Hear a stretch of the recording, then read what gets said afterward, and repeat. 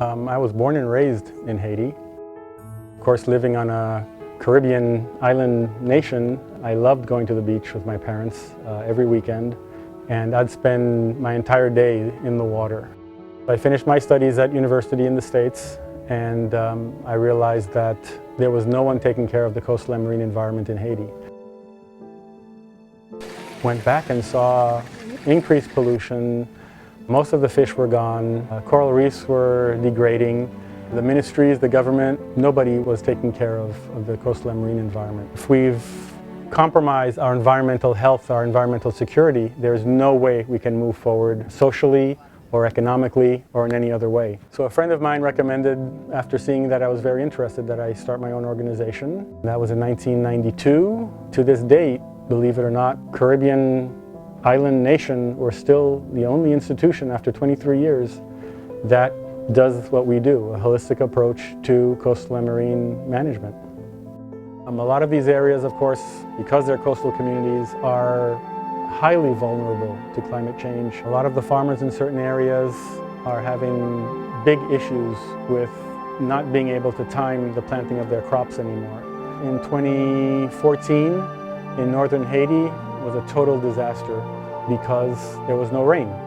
Yet, when the rains do come, and at the wrong time, it's a total washout, it's a flood.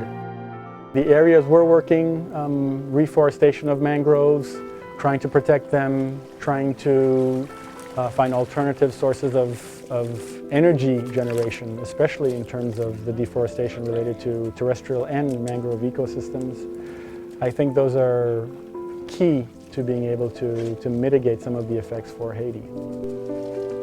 CEPF has helped us engage local community groups, both near Haiti's lakes and along Haiti's coastal and marine environment, helping us engage these communities in educational activities, as well as rehabilitation of the environment. It has helped us talk to the local communities in order to try to develop with them, probably the most critical part of these activities, alternative income generating activities, which means another way to make a living which hopefully is environmentally friendly and sustainable, and which won't deplete the resources.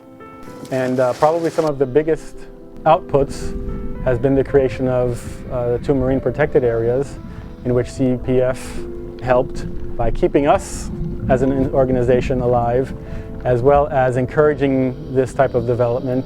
CEPF's approach in Haiti and in the rest of the Caribbean, I think, is really focusing on some of the smaller environmental groups that may not have access to the huge funding from the huge international donors.